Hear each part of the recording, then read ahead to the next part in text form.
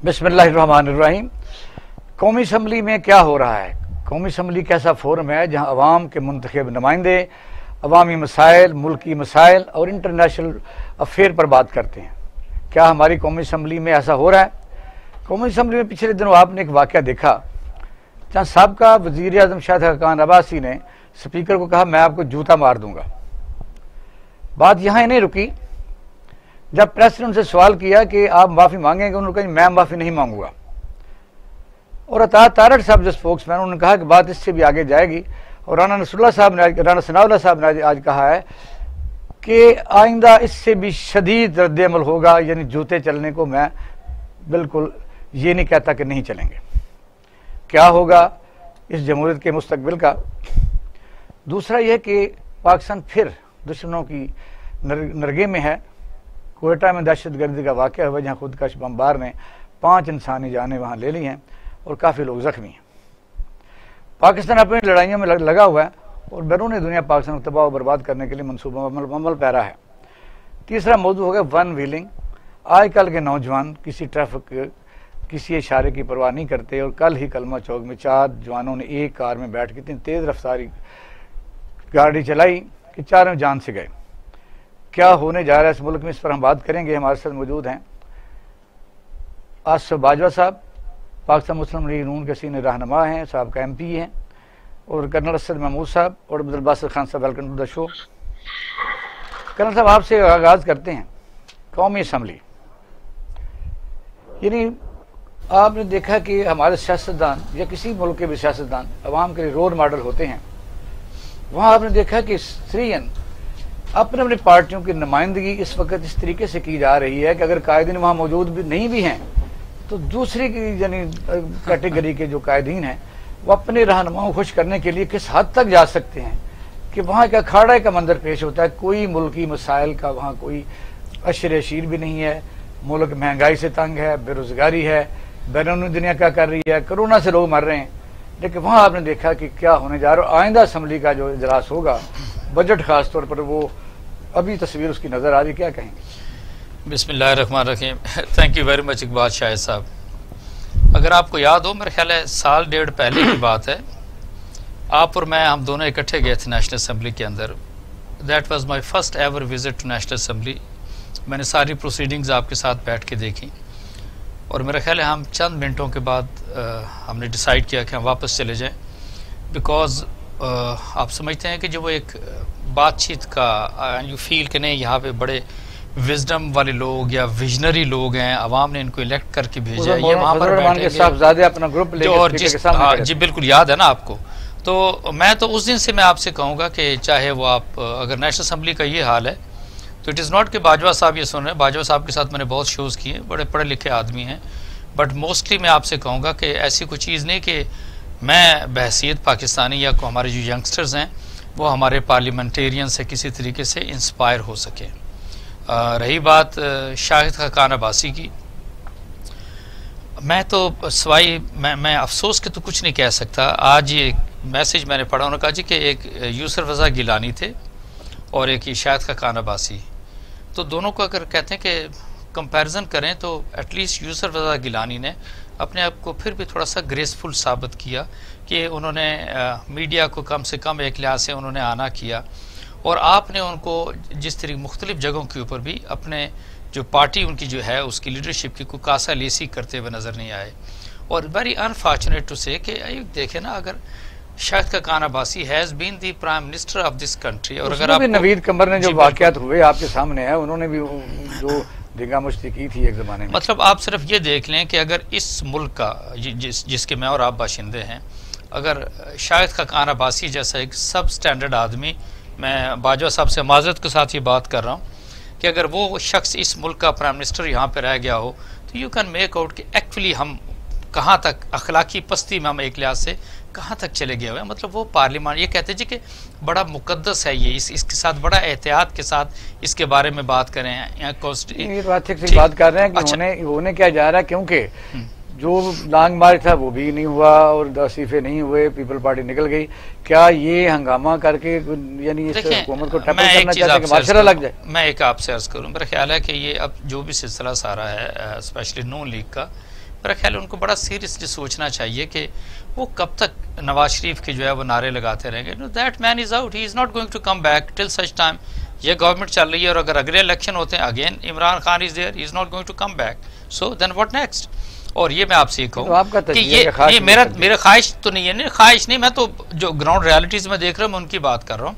मैं सिर्फ इतना आपसे अर्ज़ करूँगा कि ये जिस तरह की आप सियासत ये देख रहे हैं, चाहे नून की कर लें, पीपल्स पार्टी की कर लें, आप महसूस करते हैं कि जैसे ये अंदर से एक बात तो दुरुस्त है कि जो आदमी वहाँ ज़्यादा अल्लाह ने मग़फ़िरत करे, मुशाहिदुल्लाह खान हो या निहाल हाशिमी हो, जिन लोगों ने ऐसे वाक़यात किए हैं उनको कुर्सियाँ तो अच्छी मिली हैं। नहीं, उनको अच्छी मिल गई। अभी मैं समझता हूँ कि जो मुशाहिदुल्लाह खान साहब के साहबजादे हैं उनको सेनेटर एक लिहाज से उन्होंने बना दिया।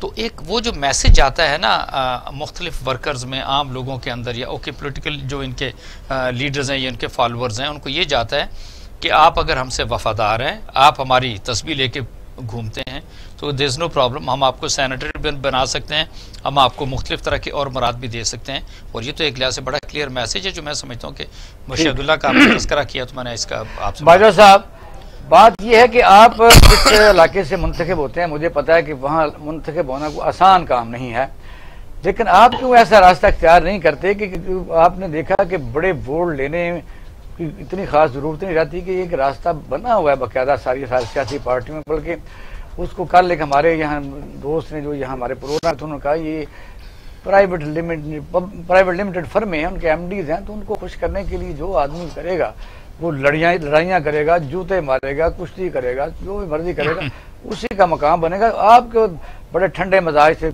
यहाँ बैठे हुए हैं। देखिए बात यह है कि जो आजकल टेम्परामेंट है, जो हम अदम बर्दाश्त है, जी जी, वो उसका आंसर ज्यादा उभरता नजर आ रहा है। हमारी नई नस्ल हो, आपके सामने जिस तरह आपने इंट्रो में लाहौर के 4 बच्चों की बात की, हाँ जी, इसी तरीके से बात यह है कि जब कोई बंदा गाली निकालता है तो उसकी गाली को लोग सुनते हैं। लोग ये रीजन नहीं देखते कि इसने गाली क्यों निकाली, इसने गाली क्यों दी।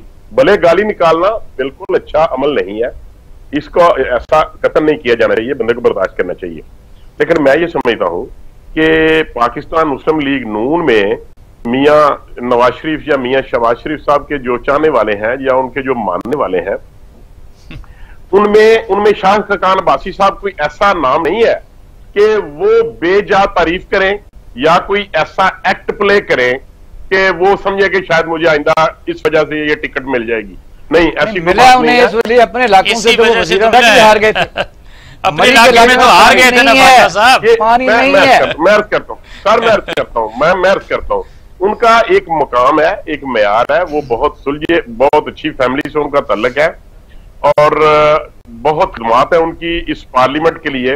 लेकिन अगर आप असद कैसर साहब का किरदार देखें, जब से ये असेंबली मारने वजूद में आई है 2018 से, असद कैसर साहब कौमी असेंबली के स्पीकर नजर नहीं आते, वो सिर्फ और सिर्फ पाकिस्तान तहरीके इंसाफ के स्पीकर नजर आते हैं।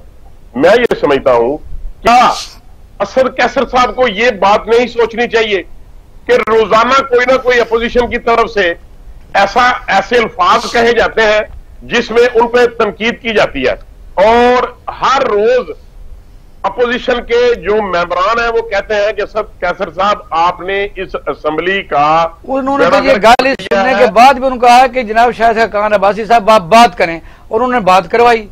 मैं नहीं सर, ये बात नहीं है, ये मैं आपको अर्ज करूं, आपने शायद वो सेशन नहीं देखा। शाहद खकान अब्बासी के एंटर होते वक्त ही उन्होंने हाउस उनके हवाले कर दिया था। जब उन्होंने देखा कि वो एंटर हो रहे हैं तो उन्होंने उनको दे दिया था। ये अलग बात है कि उन्होंने बात की, लेकिन बात यह है कि असद कैसर साहब को भी ये देखना होगा कि क्या वजह है कि मुझे रोजाना की बुनियाद पर लोग तनकीद का निशाना बनाते हैं।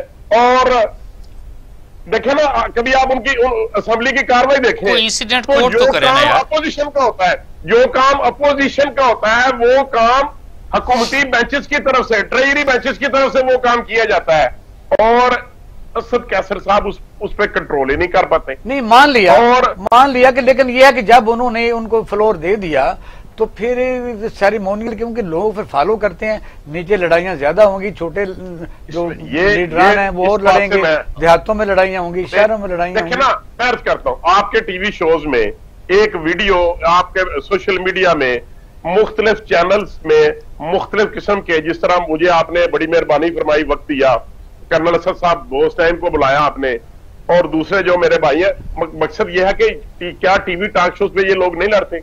क्या ये यहाँ पे बदजुबानी और गालियां नहीं, ये बिल्कुल गलत बात है। गाली नहीं देनी चाहिए, गाली नहीं निकालनी चाहिए, लेकिन जो बिहाइंड एक पीछे कोई चीज है उसका भी आपको पता होना चाहिए कि वजह क्या है। ये अल्फाज किस शख्स ने, क्या एक साबिक प्राइम मिनिस्टर ने, एक मिनट ना बाजवा साहब, मैं आपसे इतनी अर्ज करूंगा, आपके साथ मेरे ख्याल है 50 नहीं बल्कि 100 से ज्यादा शोज हुए, बड़ी हीटेड डिस्कशन हमारी हुई। कभी एक दफा भी ऐसा हुआ कि जिसके अंदर हम कहें जी कि खुदा ना खासा हम जातियात पे एक लिहाज से उतर आए हों? ठीक है ना। अभी देखें, मैं आपको बताऊं, ये है सबसे बड़ा प्रॉब्लम कि एक जो एक्स प्रीमियर है वो किसी के पीछे कभी जूता उठा के भागना शुरू कर दे, किसी को वो मारने के लिए दौड़ पड़े। he has a different stature, try to understand। आप एमपीए में, आज भी आपको एमपीए कंसीडर करता हूं, and I have lot of respect and regard for you। मैं आपसे सिर्फ ये बताऊं, काइंडली जिसने गलत काम किया कहिए उसने गलत काम किया है। देखिए, बात इस तरह है कि जब तक मुझे इस बात का सही इल्म ही ना हो कि किस, आप क्या बता सकते हैं कर्नल साहब, आप बड़े सीजनड आदमी हैं, क्या आप बता सकते हैं जब खाकान अब्बासी साहब ने यह फिक्रा कहा तो उससे पहले क्या टाक हुई थी? आपके ध्यान में है कोई बात ऐसी? नहीं है। भाई साहब, हम तो ये कहते हैं कि अपनी की क़यादत में ये तो काम करना चाहिए। बात हो जाती है, वाक़यात हो भी जाते हैं, बाद में लोग थोड़ा सा एक्सक्यूज कर लेते हैं। जितना बड़ा आदमी होता है उसका उतना ही स्टैचर होता है, उसको उतना ही ज़र्फ होता है। अगर कोई बात बाजवा साहब हुई भी है ना, तो उसको इस तरीके से भी देखे ना, 2 दिनों से डिस्कशन हो रहा है। Let me tell you, Asad Qaiser का कोई नुकसान नहीं हुआ, but let me tell you, जितनी बेइज्जती शाहिद खाकान अब्बासी की हो चुकी है, जितना उसका स्टेचर नीचे आ चुका है, बाय गॉड आप उसका तसव्वुर भी नहीं कर सकते। मैं आपसे ये बताऊं, मैंने एक आपसे क्वेश्चन किया और इकबाल शाह साहब से भी ये मैं क्वेश्चन करूंगा, और बड़े अदब से, आप मेरे बड़े भाई हैं। कर्नल साहब, क्या आप बता सकते हैं जब शाहिद खाकान अब्बासी साहब ने ये फिक्रा बोला तो उससे पहले क्या टाक हुई थी, रीजन क्या थी? तो डेफिनेटली मे बी वो बात करने आगे बासित खान साहब की तरफ में आना है, तो यही है। बासित साहब हमारे साथ रहिएगा। बासित खान साहब, आप इसमें टेक दीजिए कि असेंबली का जो लोगों को, यानी प्रेडिक्शन कुछ लोग कर रहे हैं, उनकी ख्वाहिश भी हो सकती है, अगर यही माहौल रहा, यानी नीचे जो क़यादत है, तारड़ साहब ने कहा जी ये तो कुछ भी नहीं हुआ, और फिर राणा सनाउल्लाह साहब, अभी आप किसी चैनल में देख रहे होंगे कि अमन मीर के प्रोग्राम में वो बात उन्होंने की है कि ये बात रुकेगी नहीं, यानी जूते पर जूता ही चलेगा, तो क्या होगा? जहाँ तक आपने इंट्रो में कहा कि जमहूरियत का क्या मुस्तकबिल होगा, सबसे पहले तो मैं बहुत आजी के साथ बात करना चाहता हूँ कि ये जमहूरियत नहीं है। मैं तो उसको जमहूरियत भी नहीं समझता जिस जमहूरियत की आप बात करते हैं। दूसरी बात यह है कि जमहूरियत में बात होश से की जाती है, अक्ल से की जाती है, जोश से नहीं की जाती, और दलील से बात की जाती है। हमारे यहाँ जब दलीलें ख़त्म हो जाती हैं तो फिर मुक्कों पर आ जाते हैं, फिर जूतों पर आ जाते हैं, आंखें लाल पीली हो जाती हैं, बाल खड़े हो जाते हैं, और हम स्पीकर का घेराव कर लेते हैं। हमने माजी से कुछ नहीं सीखा, माजी से सीखने की हमने कभी कोशिश भी नहीं की आगे। हमारी बदकिस्मती से जो अपोजिशन है इस वक्त, उनका ज़्यादातर जोर सिर्फ और सिर्फ हुकूमत की तमाम तर पॉलिसियों पर नुक्ताचीनी करना और उनको ऑफसेट करना, उनको कंडेम करना विदाउट गिविंग एनी सोल्यूशन। देखिए, हमें बेसिकली सोल्यूशन पार्ट की तरफ जाना चाहिए। मैं मानता हूं कि जब इमरान खान साहब का भी दौर था, जब वो इनके खिलाफ मुहिम चला रहे थे, बहुत सी ऐसी बातें हुई थी, लेकिन खुदारा अब इन चीज़ों को छोड़ दें।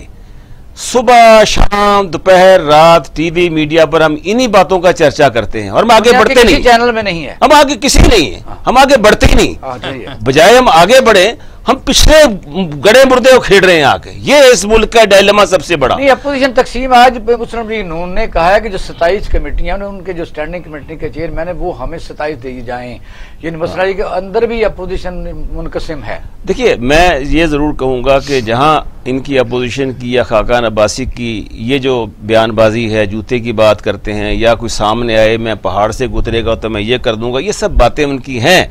लेकिन इसके बावजूद मैं कहूँगा कि हुकूमत वक्त जो है इमरान खान साहब की पार्टी की तरफ से कोई ऐसी तजवीज़ नज़र नहीं आई, कोई ऐसी तर्ज अमल नजर नहीं आया जिससे कि आपस में कोई अंडरस्टैंडिंग हो सके।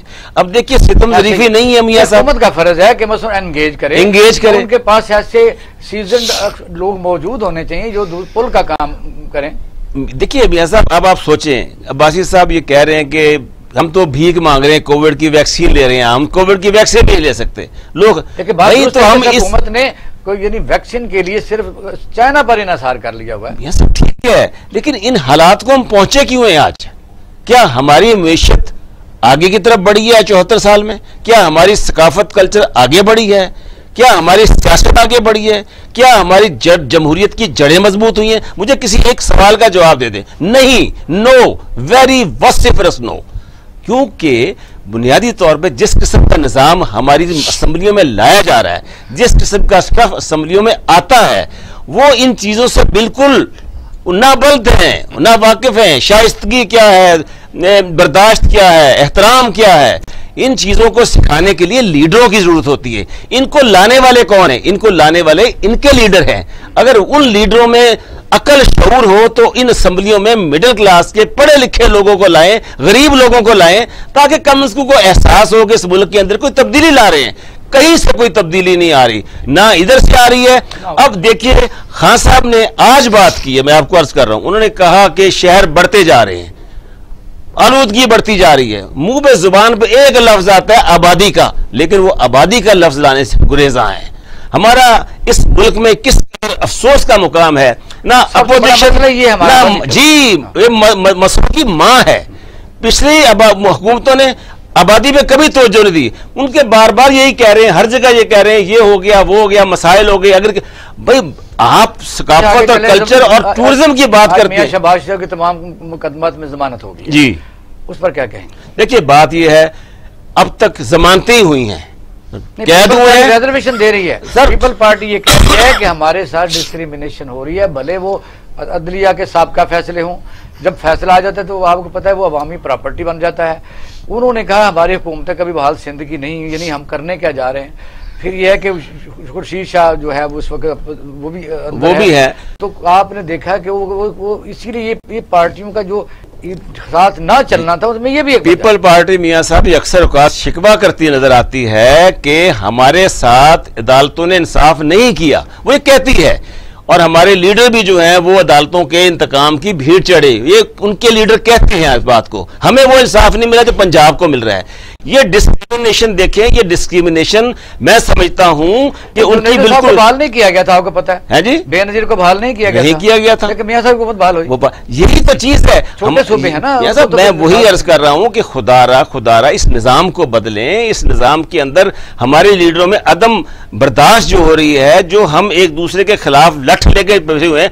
देखिए, हमारे मुल्क में हर बंदा वो ग्रुपबाजी बन गया। अब तरीन साहब की बात है, तरीन साहब चंद बंदे लेकर आए, इमरान खान साहब कहते हैं मुलाकात में राजी हो गए। अब वो मुकदमे कहाँ गए, वो एफआईए कहाँ? नहीं, वही आज की कह रहे हैं कि वजह ये है कि उनका जो ग्रुप मुलाकात करेगा, अगर यही करना था तो फिर शुरू क्यों? मैं वही अर्ज कर रहा हूं ना कि आप देखें, शहबाज शरीफ साहब का मैं एक लिहाज से बेहतर समझता हूं कि शहबाज शरीफ साहब ने हमेशा से कंपेयर टू नवाज शरीफ साहब, उनकी सियासत जो है वो कन्फ्रंटेशन की सियासत नहीं है। उन्होंने somehow the other, apart from के लीगल केसेस क्या है, उन केसेस में क्या है, लेकिन अगर कोर्ट ने उनको दिया है फैसला, कोर्ट ने उनको दिया, हम कौन होते हैं कोर्ट पे तनकीद करने वाले? जी करण साहब, देखिए, बासित साहब ने बातें तो बिल्कुल ठीक की। मैं एक आपसे अर्ज करूं, सब जो आखिरी इनकी बात है नवाज शरीफ का या शहबाज शरीफ का तस्करा किया, देखें ये दोनों भाई हैं, एक ही घर की पैदावार है, ये कभी जिंदगी में एक दूसरे से अलग नहीं हो सकते। बिल्कुल सही है। They will keep on fooling this nation, they will keep on fooling the people of this country.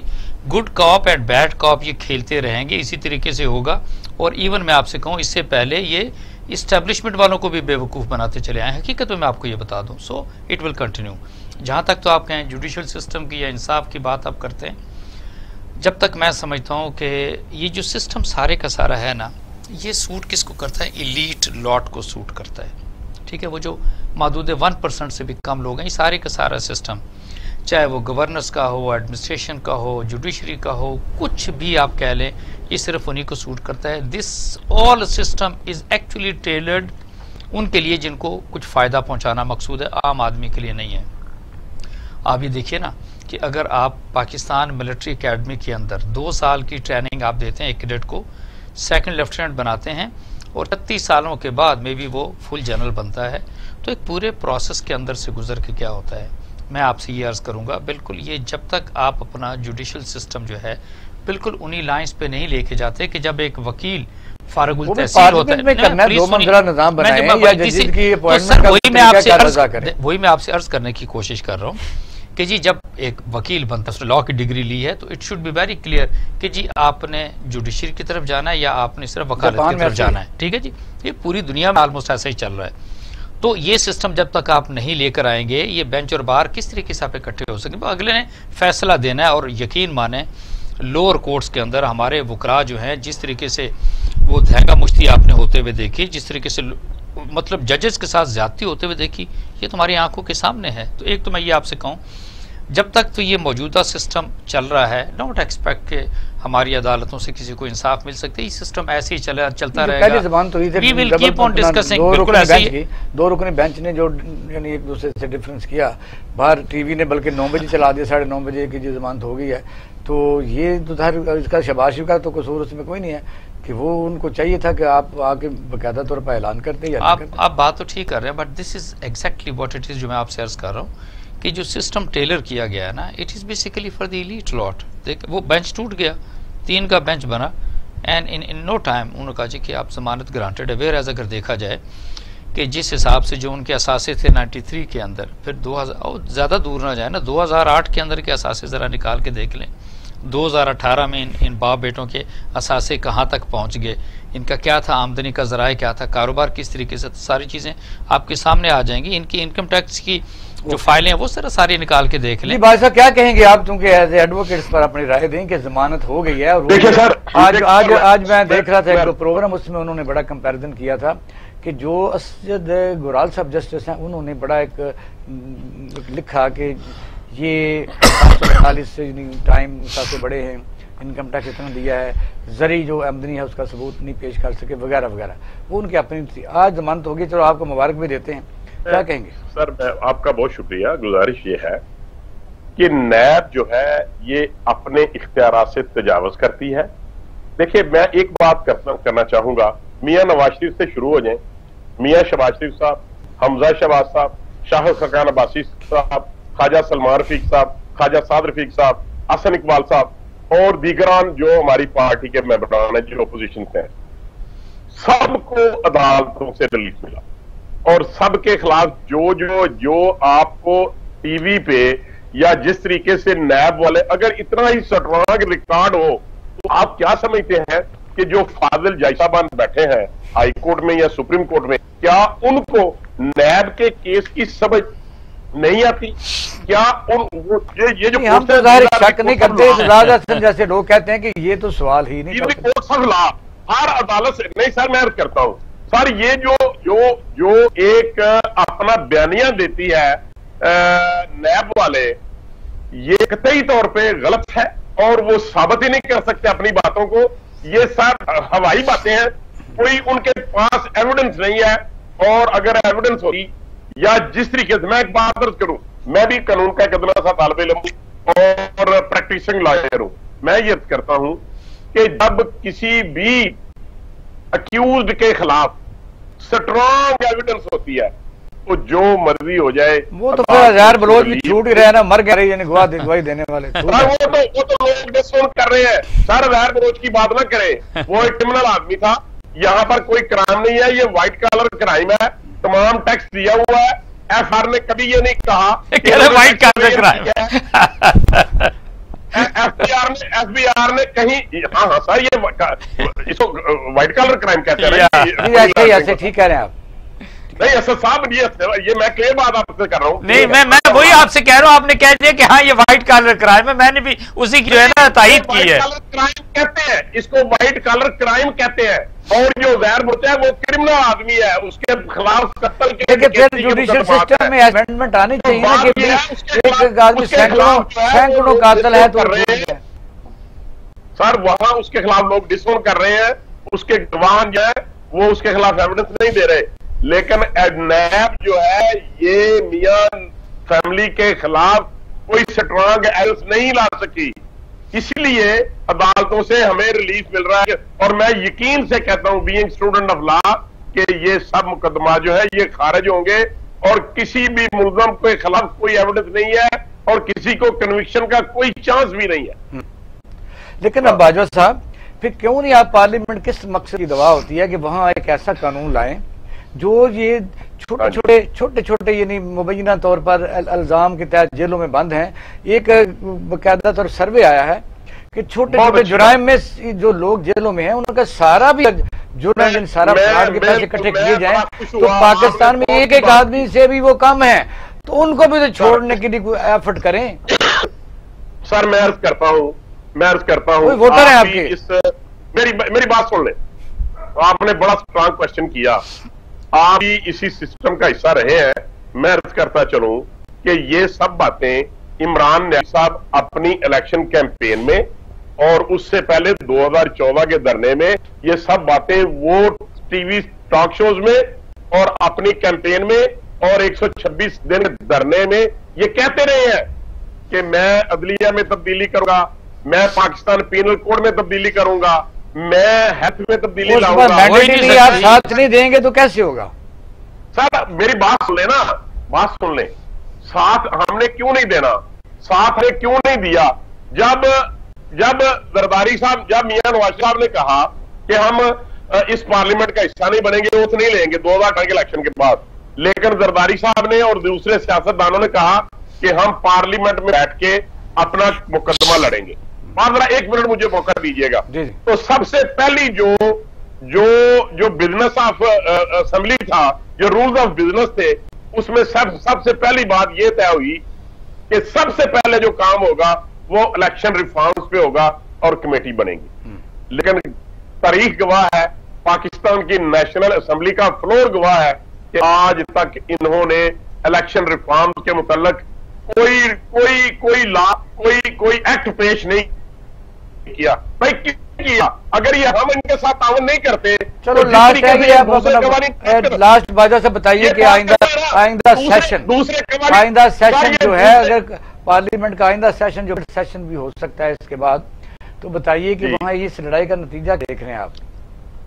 देखिए, ये मैं तारीख गवाह है पाकिस्तान की असेंबलियों की कि वहां पे और पूरी दुनिया जहां पे डेमोक्रेटिक सिस्टम चल रहा है वहां पे ईवानों में इस तरह के दंगा फसाद और मैं इसको क्या कहते हैं वो इसमें ना इसमें यहाँ मैं इनकी नहीं एक मैं बात कहना चाहूंगा, जब तक पूरी दुनिया की तमाम असेंबली में इस तरह होता रहा है। मैं एक चीज कहना चाहता हूँ, जब तक इन जैसे मुतदिल लोग टीवी पर नहीं आएंगे और तारड़ जैसे लोगों को लेकर आएंगे तो ये सिलसिला ऐसा ही चलता रहेगा कि उसी हम आते हैं अगले सवाल की, जो हमारे सवाल छोड़ के जा रहा हूँ आपकी तरफ, क्योंकि ब्रेक पर जाना ना।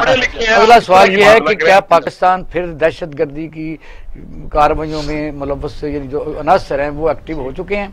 क्योंकि पाकिस्तान के में अंदरूनी तौर पर जिस वक्त TLP का ये वाक़या हुआ और फिर आपने देखा कि कितना मुल्क में नुकसान हुआ, पूरी दुनिया में डिस्कस किया गया, FATF का इजलास हो रहा है और कोयटा का जो वाक़या, इस पर हम आपसे सवाल का जवाब लेंगे आफ्टर शॉर्ट ब्रेक। नाज़रीन हमारे साथ रहिएगा।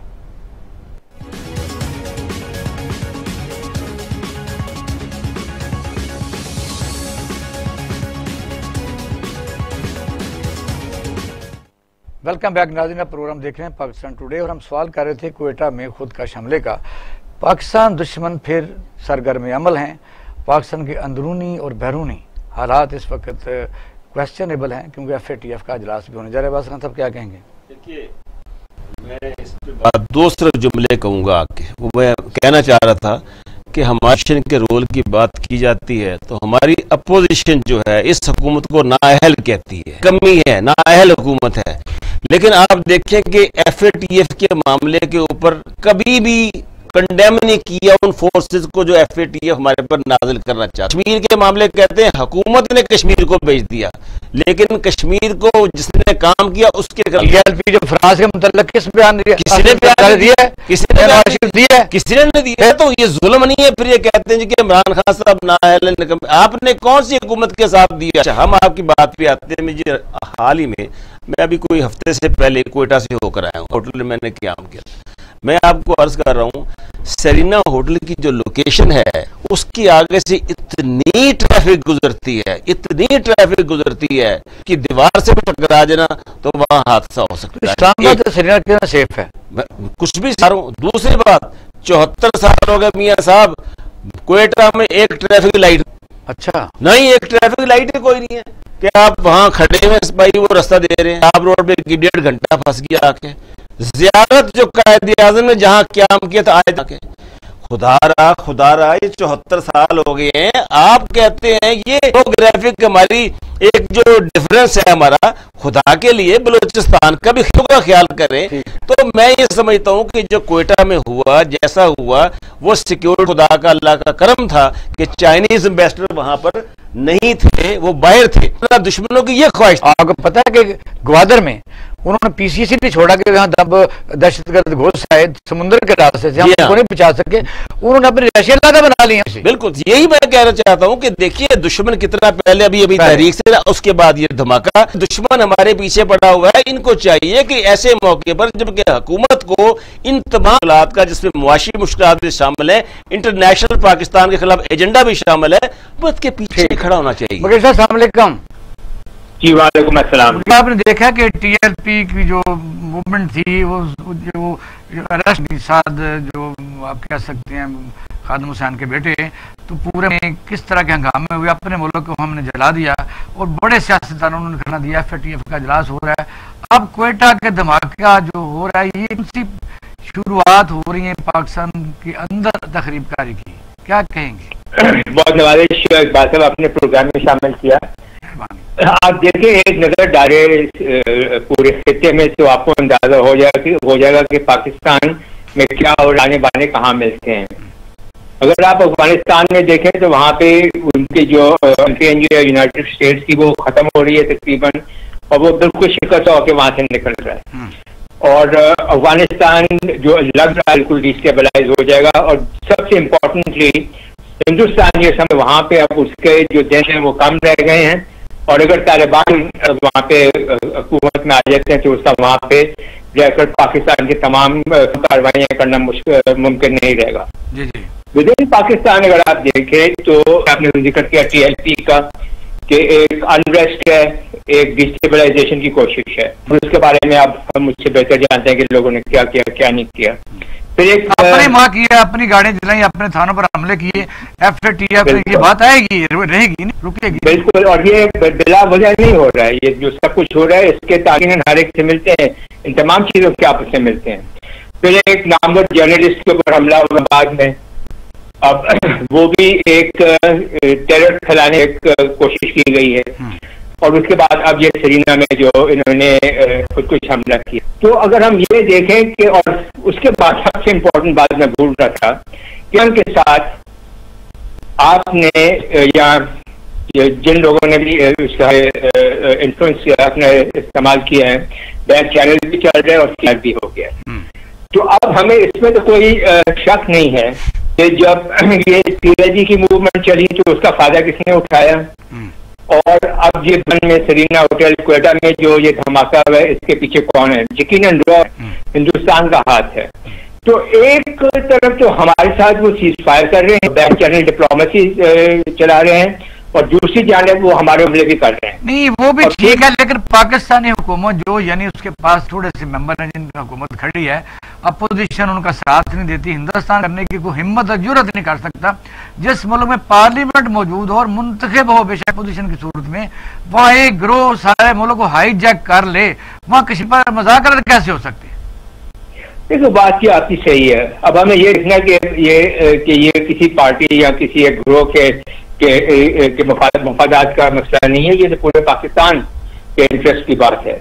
और पाकिस्तान को फिर जारी बात है सिर्फ वही इकदाम उठाने पड़ेंगे जो कि सिर्फ पाकिस्तान के हक में। अब ये डेफिनेटली ये इसमें शक नहीं है कि ये हमला किया गया था। चाइनीज एम्बेसडर और चाइनीज डेलीगेशन जो आया हुआ उधर क्वेटा के अंदर, उनको नुकसान तो फिर हम उसे सिक्योरिटी नहीं दे सके ना, फिर फेलियर तो हमारा है। ये बिल्कुल है, और इस बगैर सिक्योरिटी के फेलियर ये हो नहीं सकता है। और इसमें दो किस्म की सिक्योरिटी है। एक तो वो सिक्योरिटी है कि जो गाड़ी है जहां से भी चली, चाहे क्वेटा शहर के अंदर से चली या बाहर से चली, और वो सारा रास्ता चलकर सीना होटल तक पहुंची।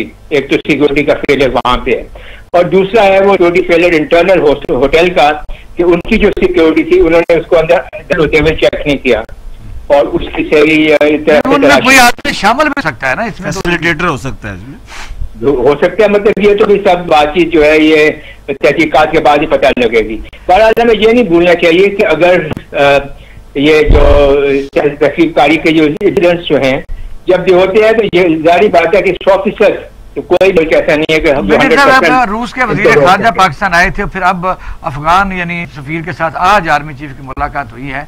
तो अगर अमेरिका वहां से बड़ी तेजी से जा रहा है तो वो तो फिर वार लॉर्ड्स आजाद हो जाएंगे। वो तो जितना खतरा इंडिया को होगा उतना ही हमें भी हो जाएगा। देखिए वहां पे ये देखना है कि अफगानिस्तान में फिर हालात क्या बनते हैं। क्या वहां पे कोई एक ऐसी हुकूमत आएगी जो कि जिसका रेट जो है पूरे अफगानिस्तान के ऊपर हो, कि क्या ये आपस में लड़ते झगड़ते रहेंगे? क्योंकि लड़ झगड़ना जो है वो खाली फिर तालिबान और मैं कर्नल साहब का पॉइंट ऑफ व्यू ले लूं जरा लाइन पर ही प्लीज कर्नल साहब। मैं दो चार चीजें कहना चाहूंगा। सबसे पहली बात तो ये है कि ये जो लॉ एंड ऑर्डर की सिचुएशन पिछले 1.5-2 सालों से देख रहे हैं, इसके अंदर सवाए आपके मुल्क की अपोजिशन, और अपोजिशन काम ऐसा कर रही है कि जो इंटरनेशनल एस्टेब्लिशमेंट है और इवन जो इंडियन एस्टेब्लिशमेंट है उसको सूट करता है। बिल्कुल उसी तरीके से एक लिहाज से लेके चल रहे हैं। और आपने ये देखा होगा कल के अगर वाकये की बात करते हैं, जहां तक इस चीज को कहें, सटली जब इट इज नॉट ओनली आप ये कहें कि नहीं टीटीपी वाले हैं, इतनी ढेर सारी कुव्वतें अगर पाकिस्तान के खिलाफ काम कर रही हैं, अनफॉर्चुनेटली आप ही के मुल्क के अंदर वो बिके हुए बेजमीर लोग मौजूद हैं जो अपने मुल्क का सौदा भी करते हैं। स्लीपर सेल्स उनके मौजूद हैं, अबेटर्स मौजूद, फैसिलिटेटर्स मौजूद, फाइनेंसर्स मौजूद, उनको उस लोकेशन पर ले जाने वाले मौजूद। और बिल्कुल ठीक कहा बासित साहब ने, ह्यूमन ब्रिगेड साहब ने, कि जी वो वहाँ का जो मेन गेट था सरीना का, और उनके जो लोग हैं दे आर इक्वली रिस्पॉन्सिबल कि कौन सा चेक एंड बैलेंस का सिस्टम था। हाई डिग्नेटरीज वहाँ पर एक लिहाज से आती हैं, वहाँ ठहरती हैं, और फिर वो गाड़ी सीधी अंदर गई एंड चंद लम्हों के अंदर certainly it was a suicidal attack आप करते हैं 620 kg। बहुत बड़ा एक लिहाज से मैं समझता हूँ चार्ज होता है, और आपने देखा जिस तरीके से आग को भड़कते हुए। लेकिन मैं इकबाल शाह साहब एक आपसे ये ज़रूर कहूँगा कि ये इस वक्त अगर अफगानिस्तान के अंदर आप उठसे कि बिल्कुल 11 सितंबर तक उन्होंने निकलना है, जर्मनी अपने ट्रूप्स निकाल वाले सारे के सारे जा रहे हैं। अशरफ गनी तो जो पपट रजीम की मैं आपसे ये करूँगा कि तो मेरे ख्याल अगले चंद महीनों की प्रैक्टिकली आज से कि जब ये तो चंद महीनों की बात है, definitely the warlords are going to be there. Taliban की मैं आपसे बात करूंगा, लेकिन ये ज़रूर है कि मेरा ख्याल है कि इस वक्त मई में डोनाल्ड ट्रंप ने कहा था जी कि हमने अपनी फोर्सेस को निकालना था। ये जानबूझ के वेस्टर्न वर्ल्ड ने और नेटो की अगर हम बात करते हैं, जानबूझ के ऐसे हालात पैदा किए कि भी जब आपने 20 साल निकलना था 2021 के अंदर, तो आपको कई साल पहले वर्किंग करनी चाहिए थी कि यहाँ पर कैसे आएगा, वहाँ के जो स्टेक होल्डर्स हैं उनको साथ लेके चलना चाहिए था। बाजवा साहब क्या कहेंगे? आप देख रहे हैं कि बैरूनी खतरात बढ़ते जा रहे हैं, अफगानिस्तान से जा रही हैं, और नई फार्मेशन, नए ब्लॉक्स बन रहे हैं, अंदरूनी कश्मकश जारी है, अभी से भी जान नहीं छूटी और मसला तो अभी हल भी नहीं हुआ, तो हो रहा है। तो अपोजिशन फिर इस मसले पर भी अगर इकट्ठी नहीं होती, यहाँ ही लड़ाइयाँ करते हैं, जूतम पे दार होती है, तो फिर अंदरूनी तौर पर भी कितने कमजोर हो सकते हैं। जी बाजवा साहब खत्म हो गया, नहीं बोल रहे हैं जी बाजवा साहब। ये मुझसे पूछ रहे नहीं, बाजवा साहब से बात कर रहे हैं, बाजवा अफ्ताब साहब बाजवा से। बाजवा साहब लाइन कट गई, आप इसका जवाब दे दें। आसिफ बाजवा साहब की आवाज ठीक करें दर लाइन को। ब्रिगेड साहब आप इसका जवाब दे दें। जी जी, अभी आप ये देखें कि अभी अमेरिका से निकल के अफगानिस्तान में जा रहे हैं। आप ये देखें कि अफगानिस्तान के उसके बाद हालात क्या होंगे। तो मुझे नजर आए वहाँ पे केओस होगा, कंफ्यूजन होगा, अनरेस्ट होगा और सिविल वॉर होगी। ये जितने भी वहाँ पे वेरी अनफॉर्चुनेट, और जितने भी वहाँ पे ये ग्रुप्स हैं, अब एक तो की आवाज भी ठीक करो, तो तालिबान को अगर आप एक पार्टी समझते हैं, फिर नेशनल अलायंस नेशनल के जो लोग हैं वो हैं, नॉर्दर्न अलायंस है, फिर जितने वॉर लॉर्ड्स हैं, आप सब भूल रहे हैं हम लोग एक बात के एक बहुत बड़ा ग्रुप जहाँ पे उन तमाम टेररिस्ट ग्रुपों का है जो कि यहाँ पे मौजूद हैं, जो IS है और ये तुर्कमेनिस्तान इस्लामिक मूवमेंट है और TTP है, TTP कॉन्ट्रैक्टर्स हैं, कॉन्ट्रैक्टर एक पूरा वहाँ पे उनके बारे में अभी तक ना कभी अमेरिका ने बात की है ना किसी और ने बात की है, तो उनका क्या होगा? हाँ। और जब वहाँ पे एक अनसर्टेन सिचुएशन और कोई सेंट्रल ताकत नहीं होगी तो ये एलिमेंट्स जो हैं ये अपने अपने हरकत में आ जाएंगे। हर कोई अपनी अपनी फ्रीडम एक छोटी सी रियासत बनाने की कोशिश करेगा और फिर मेरे ख्याल में खदशात इतना ज्यादा बढ़ेगा कि अफगानिस्तान टोटली डिस्टेबलाइज हो जाएगा। और हमें लगता ये अगर वो डिस्टेबलाइज हो जाएगा तो पाकिस्तान में तो असरात आए, पाकिस्तान में बहुत ज्यादा असरात आएंगे। और न सिर्फ ये, इतने रेफ्यूजीज हैं जल्दी तो हमें और रेफ्यूजीज का सामना भी है इस सारे मामले में। तो मेरे ख्याल में अमेरिका ने तो अपने हाथ धो लिए हैं, अफगानिस्तान को जान छुड़ाकर यहाँ से जा रहा है, क्योंकि अब वो इंडो पैसिफिक रीजन में जाएगा, खिलाफ खड़ा होना चाहते हैं, अफगानिस्तान से वो निकलना चाहते हैं। तो अब जो कंट्रीज हैं हमारी, चाइना, रशिया, ईरान और पाकिस्तान और टर्की, इन 5 ममालिक को मिलकर अफगानिस्तान की सूरत हाल को संभालना चाहिए, क्योंकि जब ये संभाल जाएंगे अफगानिस्तान समझेगा हिंदुस्तान का असर और रसूख उसकी हुकूमत से हटेगा और उसकी जो एक मलोन एक ये हरकतें LDS एंड रॉ और जो पाकिस्तान के खिलाफ एक्टिविटीज करते हैं वो तब बंद हो जाएंगी। जी बड़े साहब बहुत शुक्रिया आपने जी अपना सब क्या इसमें कंक्लूड करेंगे। बिल्कुल, मैं समझता हूँ कि एक तो अमेरिका बड़ी ज्यादती की है, मैं समझता हूँ अफगानिस्तान के साथ, अफगानिस्तान के लोगों के साथ, और बिल्कुल ठीक एग्री करता हूँ बेटे इमरान से कि हाँ अब वो जो यहाँ के रीजनल पावर्स हैं, चाइना की बात है, ईरान, तुर्की, पाकिस्तान आता है और इवन सेंट्रल एशियन स्टेट्स आती हैं, रिपब्लिक से, उन बड़ा सीरियसली सोचना है, फोकस करना है। और मेरा ख्याल है जितने भी चाहे फैक्शंस हैं चाहे वो वॉर लॉर्ड्स हैं, उनको किसी सूरत के अंदर भी निगोशिएशन टेबल के ऊपर लेकर आना होगा। साहब कह रहे हैं कि वहाँ की जो अनरेस्ट है अफगानिस्तान की, उसके असरात पाकिस्तान नहीं, उसके असरात देखें, हम इससे ज्यादा खराब हालात में इकबाल शायद साहब नहीं जा सकते जो इससे पहले जा सकते थे। And let me tell you, अब खराब असरात पाकिस्तान पे नहीं होंगे, इंडिया पे सबसे ज्यादा होंगे। लेट मी सी, बिकॉज हर वक्त हम अपने आप को ना एक फील करते हैं पेंसिव और अपने ऊपर इल्जाम ले लेना। नाउ इज द टाइम कि जहां पर इंडिया को भी फल चखना चाहिए। What India has been doing against Pakistan, what all India has been doing against Afghanistan. तो क्या समझते हैं आपके वहां के जो अफगान तालिबान वो भूले हुए कि क्या कुछ इंडिया ने किया वहां पर? देखिए, मेरा तो ये ख्याल है कि कबल अज़ वक्त ये कहना कि अगर वहाँ से अमेरिकन फोर्सेस चली जाएंगी तो वहाँ ऐसे आसार होंगे या ऐसे हालात, हमारी कंट्रीब्यूशन बड़ी है। मेरा नहीं ख्याल को इतनी चीज़ें हैं जो हम इसके वसवसे या खदशात का इजहार कर रहे हैं, जो उनकी अपनी वहाँ की ये खदशात मौजूद है कि पाकिस्तान अंदरूनी तौर पर मजबूत होना चाहिए। नहीं, वो तो जाहिर है कि अफगानिस्तान मजबूत होगा तो पाकिस्तान तभी रहेगी, हुकूमत भी तभी रहेगी। ये तो मियां साहब बयानिया कहते हैं कि अफगानिस्तान में अमन है तो पाकिस्तान में अमन है, ये अपनी जगह पर। लेकिन मैं ये अर्ज कर रहा हूँ कि ये वहाँ की जो फोर्सेज हैं, जो वहाँ से खुद उन्होंने अपनी बनाई हैं वहाँ से अफगानिस्तान के लोगों की, वो एक खासी तादाद में मौजूद हैं।